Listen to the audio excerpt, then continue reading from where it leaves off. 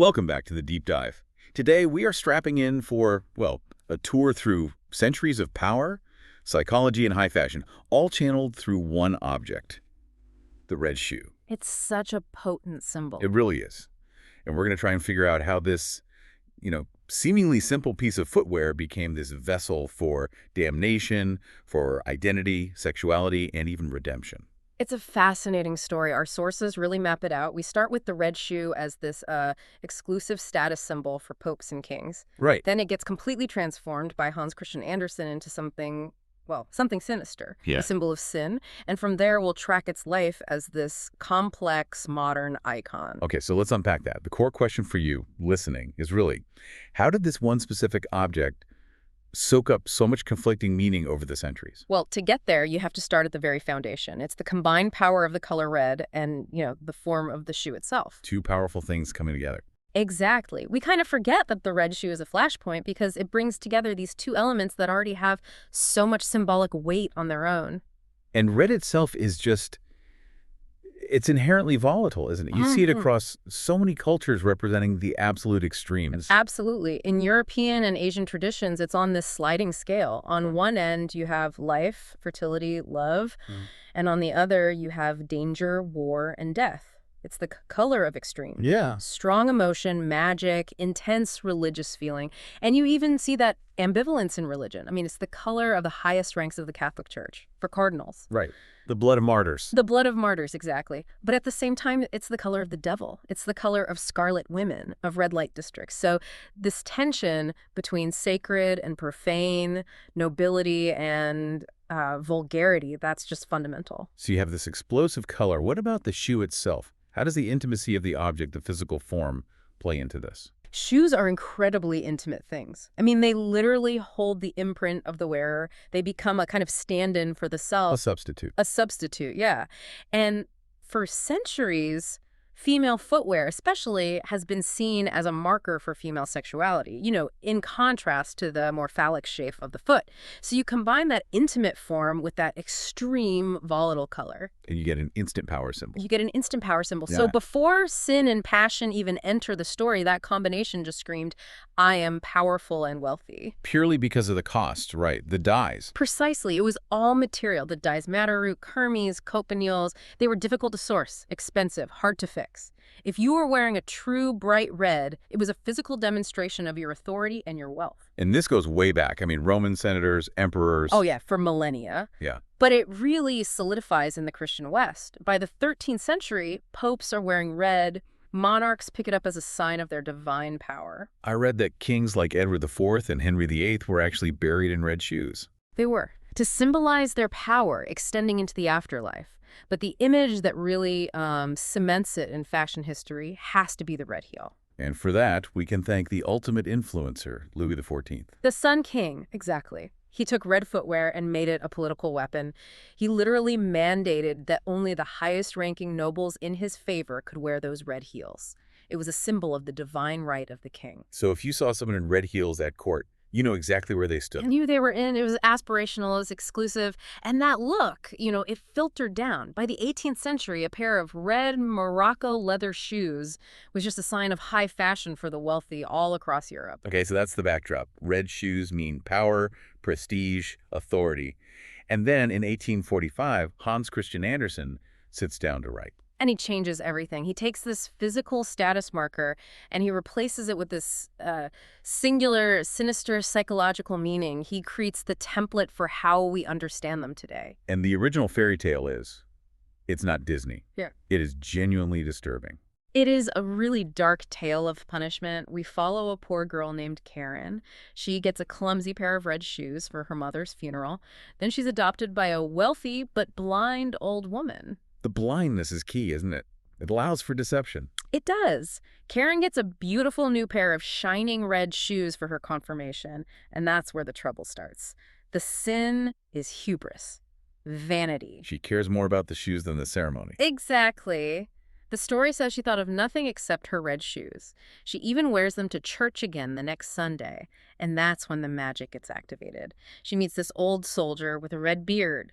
Suggesting a connection to the devil. Right. And he taps the shoes, calls them pretty little dancing shoes, and from that moment on, she's trapped. They're stuck to her feet. They're fused to her feet. She's supposed to be nursing her elderly guardian, but instead she just dances uncontrollably out of the house into the forest. She just can't stop. And the curse is just, it's brutal. An angel appears and curses her to dance forever until she's nothing but a skeleton. It's a sentence of endless, meaningless motion. Wow. So how does she ever get out of it? Only through, well, extreme violence and repentance. She begs the local executioner to cut off her feet. He cuts off her feet. He does, and the shoes dance away with her feet still inside them. Karen, now crippled, repents through prayer, and only then is she finally redeemed. She flies to heaven on a sunbeam where, it says, no one asked her about the red shoes. That is just... It's an incredibly powerful story, and it sets up this really stark binary, especially because Andersen used red shoes in another story around the same time with a totally different result. That's right. Just a year earlier in The Snow Queen, you have little Gerda, who is the good girl. She sacrifices her dearest possession, her new red shoes, to the river to help find her friend. So she's rewarded for her sacrifice. And Karen is punished for her self-interest? That contrast really locked in the idea that red shoes are for women who transgress, who put their own desires ahead of their duty. So this is clearly more than just a scary story for children. It feels like we're tapping into Andersen's own psychology here. Oh, absolutely. That's the key to its power. Perrin's vanity, her ambition. It's a mirror of Andersen's own anxieties. He was famously neurotic about his social status. He wrote about his own confirmation, didn't he? How he was distracted by his new boots. He did. He said he was so obsessed with the creak and the shine of his new boots that he couldn't focus on the sacred ceremony at all. It's a direct parallel. And he had this very direct and intimate relationship with shoes, given his background. Exactly. He was the son of a shoemaker. For him, shoes weren't just status symbols. They were real, material things that were, as one scholar put it, sinister and mesmerizing. And the story is just soaked in class anxiety. Karen is wearing shoes meant for a count's daughter trying to rise above her station. Which is, of course, Andersen's own life story. He went from total obscurity to getting a royal pension. He must have lived in constant fear of that hubris being punished, of falling all the way back down. And that anxiety was tied up with some really complex feelings about sex and purity. Immensely complex. He had a deep underlying fear of sex, which, well, it was made even more complicated by the fact that his maternal aunt ran a brothel. The story is a way of him trying to exorcise all of that turmoil. You mentioned a connection to his half-sister, Karen Marie. Tell us about that. Yes. The character's name, Karen, was the same as his illegitimate half-sister, who to him was this emblem of degradation, ignorance, and poverty. After she visited him in 1842, his diary is filled with these tortured entries. The story seems to be a literary way for him to deal with his fear of being tainted by her, of being pulled back down. So Karen's choice to dance, to pursue physical pleasure, becomes a stand-in for a normal sensuality that he felt had to be punished. It is. The wild dancing is this uninhabited bodily expression inappropriate for a respectable girl. It's a loss of control, a physical desire taking over. So if the dancing is uncontrolled desire, then the amputation of her feet is. Yeah. Wow. It's not just a punishment for pride, it's a deliberate desexualization. That's the dominant psychological reading, yes. The cutting off of her feet is seen as a kind of castration that severs her connection to that sinful, physical world, which then allows her spiritual redemption to begin. It's an incredibly dense story. Okay, so this dark personal template gets set in 1845. But the symbol itself doesn't stay there. It evolves dramatically in the 20th century because of, well, technology in Hollywood. That's the next big leap. First, you have synthetic aniline red dyes, which appear around 1868. Suddenly, red is cheap, it's vibrant, it's for everyone. It democratizes the color. Totally. What was once for pokes and kings is now on the high street. But that idea of frenzied, obsessive movement, that sticks around. The high point, of course, is the 1948 film, The Red Shoes. Which is just a masterpiece. A masterpiece. And it shifts the theme from moral sin to obsessive passion. The main character, Vicky, has to choose between love and her all-consuming passion for art, for dance. The red ballet slippers become a symbol of an ambition so fierce it's self-destructive. And then, just 10 years earlier, we get the most famous pair of red shoes in history, and the meaning completely flips. Dorothy's ruby slippers, from The Wizard of Oz. It's amazing to think that in the book, they were silver. They were. They were changed to ruby red for one reason. to show off the brand new, expensive technology of Technicolor. It was a purely commercial, technological decision. And that one decision basically turned this sinister symbol benevolent overnight. It did. And Dorothy is the anti-Karen. She's the Gerda-like heroine. She uses the shoes for escape, for a safe return home.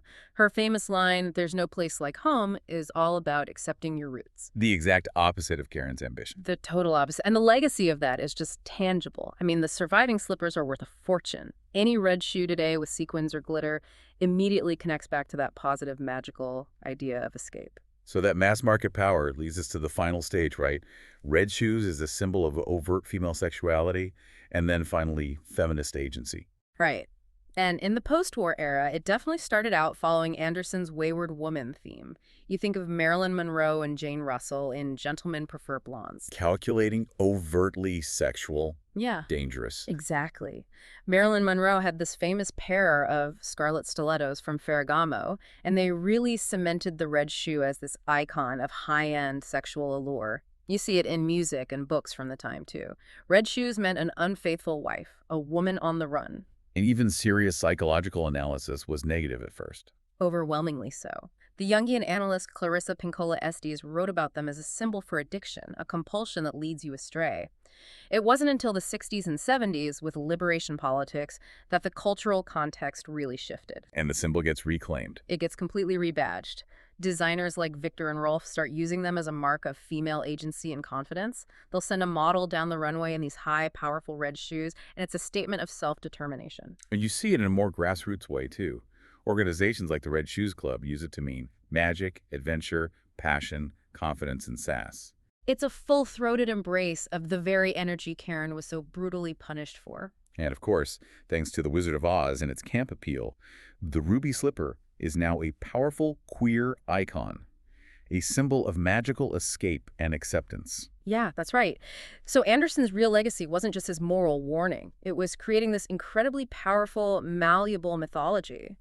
The red shoe is almost unique in how it can be seen so negatively, as danger, as sin, or so positively, as agency, as freedom, all depending on the cultural lens you're using. It's incredible. We've watched this one object go from a status marker based on expensive dye to this vehicle for one man's deepest fears about class and sex, and finally to this universal symbol of female power. The cultural adaptability is what's so significant.